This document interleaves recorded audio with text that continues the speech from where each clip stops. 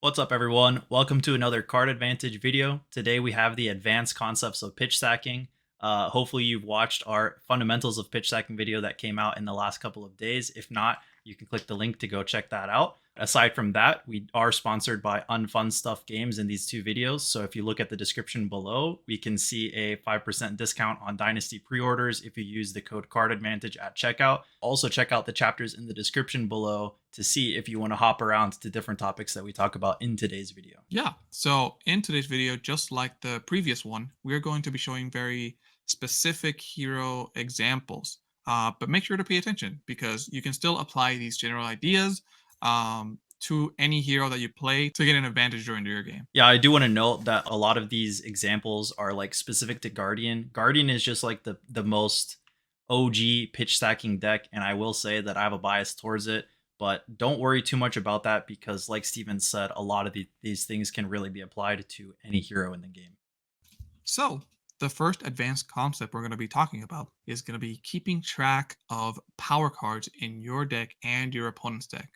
In this example here, we're going to be looking at our opponent's deck and a specific card, Pummel. If you see a Pummel in the opponent's graveyard and you saw them pitch two Pummels very recently, you do not have to play around that card, and you can be a little safer with underblocking certain crush effects from this Bravo specific opponent. Additionally, to look out for when they're pitching the promos to maybe not play around it, you can see what other cards they pitched alongside their pummel, like for example, a Spinal Crush. So, about the time when you hit your pitch stack and you see the opponent has played a Spinal Crush, you can safely assume that they have a pummel available to them based on what you saw your opponent pitch throughout the game.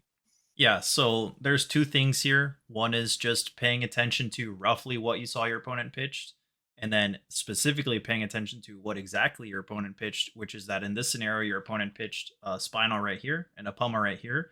So when they do see that spinal and we get around to our pitch stack, it's probably going to be pummeled. Obviously, if they don't have the resources floating, maybe you can count on them arsenaling the pummel and still make decisions about it in the next turn. Um, but like, there's a lot of value to be gained from watching specifically what threats your opponent has been pitching and in what order.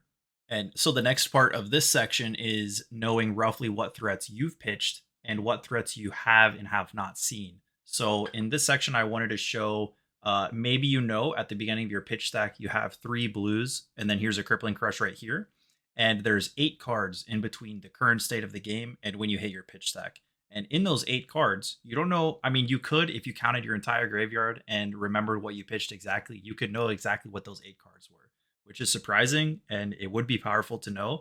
But alternatively, with a deck like Bravo, where the threats are spread apart, what you could know is that you have not seen one of your Terra Sunders, you haven't seen one of your Spinal Crushes, and you haven't seen one of your Pummels. And what this is going to allow you to do is maybe pivot 1 or 2 turns early before you hit your pitch stack, because you know that in these cards at the top, before you hit your pitch stack, you probably are actually going to have a good gas turn, and you're going to follow it up with for sure a pitch stacked Crippling Crush. So, alongside of watching what your opponent is pitching and what they're not pitching, you can watch what you have not pitched to know roughly, like, once you get into the last 8 or the last 4 cards, you can actually make pretty educated guesses of what is going to be in there, and you can make game plans around that and change your decisions based on that. Yes, and of course, uh, as stated earlier, this is going to be about a specific example, but a more generic example I would say would be looking out for Razor Reflex and Snatch. That's also a good combination that you yourself, any player, because they're generic cards, or any hero, can pitch stack together for a powerful blowout turn, assuming your opponent is not watching your pitch stack as well as you are. Yeah. So just keeping track of the threats that are left in your deck, the certainty of your decision is going to get higher and higher as there are fewer unknown cards left. So if you know you have a Snatch left in your deck and you have the opportunity to cast the Razor this turn or Arsenal the Razor for when you draw the Snatch in the next 2 turns, you can make that decision and have a much bigger turn when you can just force the Snatch draw through, get the Razor Reflex damage, and have a much bigger turn because of that. You can also do this in Fi if you're running Phoenix form. Not everybody is, but it's a very strong combo card. And arsenaling Phoenix Flames is very low opportunity cost because a lot of the times, if it's not on a Tiger Stripe Shuko proc, you're just going to lose one damage this turn, arsenal the Phoenix Flame. And if you know you have a Phoenix form coming up, you can do a starter and then a weapon, get your Phoenix Flame back from graveyard, and then cast the one from Arsenal. And then your Phoenix form is going to be turned on, let alone if you also have like Flame Call Awakenings and do the full draw two on hit. But just things like this in general, where if you know what you haven't seen, that means you're gonna draw it soon. Assuming it's not like the first three turns of the game, then it's pretty uncertain. But this can allow you to make certain arsenaling decisions based on the things that you haven't seen in your pitch stack so far.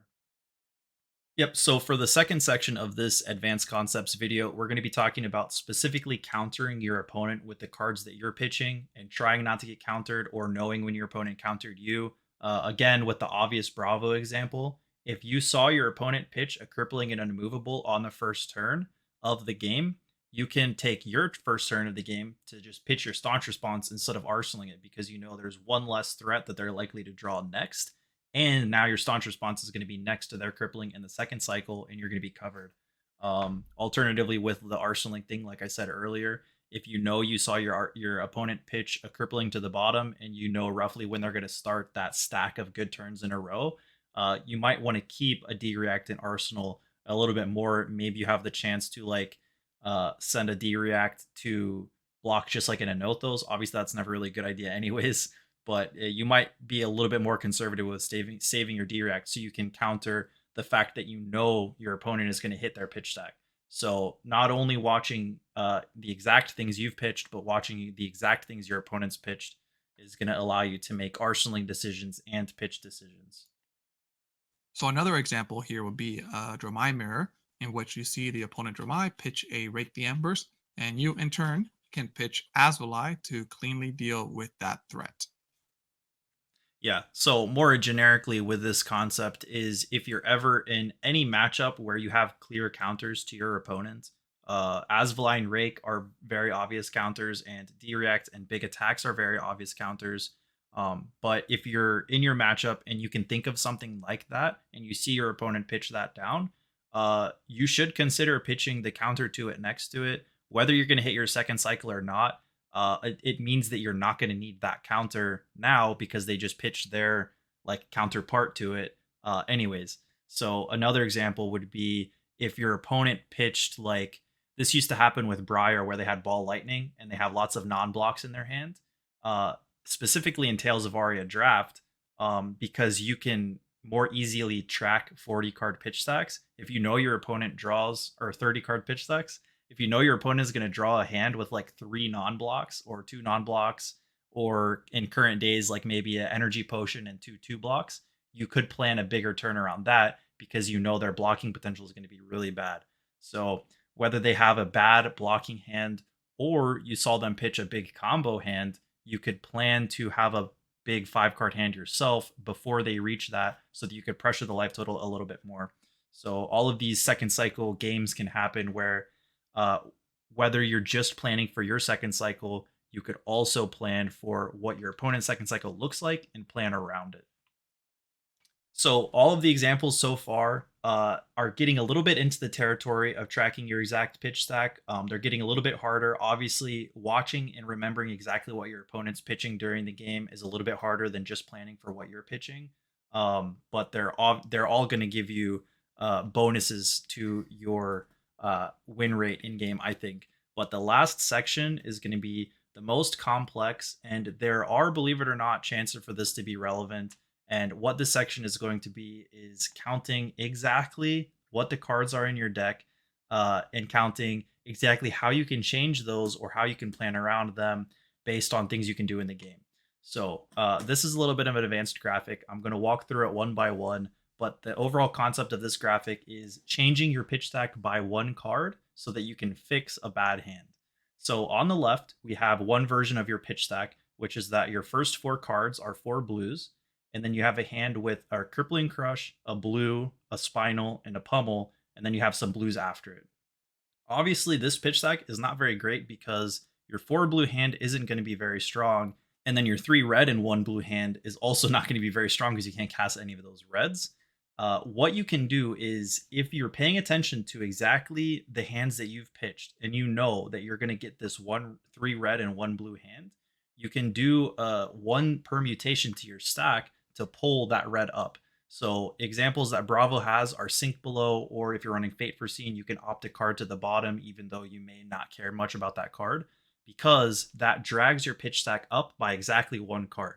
And you can see in the graphic, in the 5th card is a Crippling Crush. The first card is an Immovable. In the graphic on the right, the Sink Below draws this unmovable into your hand and puts like some blue from your hand on the bottom of the deck, which means that now the first 4 cards of your deck are 3 blues and a red, and then the 5, 6, 7, 8 are 2 blues, a spinal, and a pummel. So uh, even though this is kind of a more thought intensive decision to make in game, all you really need to know is what you've been pitching to the bottom, and keep in mind, oh, I now realize that I just pitched a hand that has 3 reds in it. And if it's possible, I'm going to take an opportunity to sink below 1 extra time. Maybe I didn't need to sink during this turn because I have enough blues, but I want to sink anyways because that will let me fix my stack. Um, Obviously, like, easier examples of fixing your stack are just like Remembrance and reshuffling your entire deck.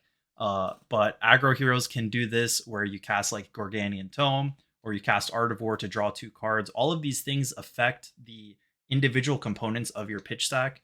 And this is definitely advanced, and you definitely don't need to worry about it in the majority of your games. But it's something to keep a lookout. It's something to challenge yourself to do. Say you're a super good player and you just like a lot of these things you're already applying to your game. This is another thing you could challenge yourself to do. And it's really just about keeping track of exactly the number of hands that you're pitching to the bottom. An easy way to do it is divide your deck by 4. That's how many hands are it. And then the remainder is the portion of the next hand. So if you have 60 cards in your deck, there's exactly 15 hands. But if you have 58 cards, there's 14 hands. And then the bottom of your deck is 2 cards for the next hand. So the remainder works like that. It's hard to visualize, but that's how you can Yeah. keep track of exactly what you're pitching to the bottom.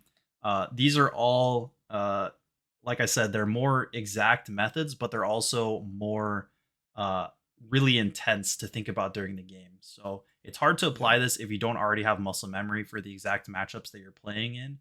But it's definitely worth considering if you want to take those extra few percentage points from a match, from a hero that you're already super confident on, and just go the next level. Yeah, and I do want another thing that you can do to help with these permutations and thinking about them conceptually is, and I want to preface this with the fact that you are not allowed to physically in a piece of paper put in what turn of the game it is. So this will have to be a mental load that you'll have to add to the other concepts. But as Jacob mentioned, if you already have all the other concepts committed to your muscle memory, then maybe this is something that you can think about a little bit more cleanly and keep it like somewhere stored in your head along with other game decisions.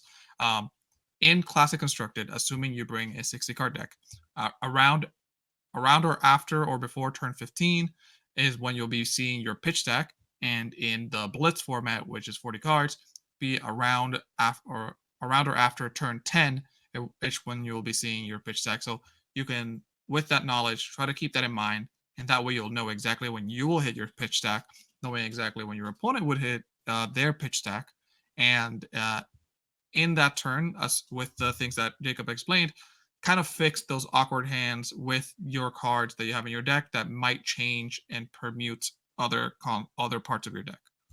Yeah. So after you start really memorizing the cards you've pitched and the cards your opponents pitched, there's tons and tons of more things you can do. You can make different decisions to arsenal things. You can make decisions to take tempo a turn early or sacrifice tempo now because you're going to get it back with a pitch stacked hand later. And really, it's just up to you on, once you start practicing this and once you start really getting good at remembering the cards you've pitched and the cards your opponents pitched, It's just about with that information, what decisions do you make? So, definitely, like we've said a couple times, there's a lot of specific examples in these videos, but it's really just concepts that we can use in a lot of different heroes. If you have a hard time applying these concepts to different heroes, I might dare to suggest try playing Guardian, because Guardian is the most obvious hero, because pitch stacking is easy. You pitch a red and three blues, and then you pitch another red and three blues, or you pitch a D react next to your opponent's big card. With the aggro decks, they don't always see the second cycle, so I do admit that you might not use pitch stacking fundamentals against aggro decks, but you will keep track of threats that are in your deck or not in your deck. And I think it's worth it to try playing these mid range or these long game heroes. Like Dromai is another example where you do need to set up dragon turns in the late game, and specific dragons Icelander can be too. good. Yeah, Icelander as well. So challenge yourself to try one of these. Maybe if you can't apply the pitch stacking to the current heroes you play, try one of the more obvious pitch stacking. And after you have that experience, your brain will start making connections to different decisions you can make in the current games you're playing. So that's about it for the advanced concepts we wanted to go over in today's video. Like I said, these are hero specific. Feel free to apply them to hero that you play. And also, some of these are definitely more abstract than you're used to playing in a normal game of Fab. So go back to watch the fundamentals if you want as well, and try to apply different things that we talked about. We did try to order them in basic to more difficult things to do between the last video and this one. So if you're struggling on what you want to try to do it in that order and try to practice it at home doing gold fishing, or try to practice it at locals as well. Um, I wanted to also hammer again, like we said at the end of last video, you can always at the end of your game just pick up your deck and see what your pitch stack was like, see if you could have made different decisions based on it. Or like Steven does, practice at home gold fishing, literally pitching upside down. So at any point in time, you can pretend you have perfect knowledge of your pitch stack, because eventually, if you practice enough, you will be able to make decisions based on perfect knowledge of your pitch stack. So don't get too overwhelmed by some of the stuff. I think realistically, a lot of the time these concepts are not used. They're pretty difficult to apply, and a lot of the games like aggro mirrors don't need them, or even aggro versus guardian won't always need them if you kill your opponent before the first cycle is over.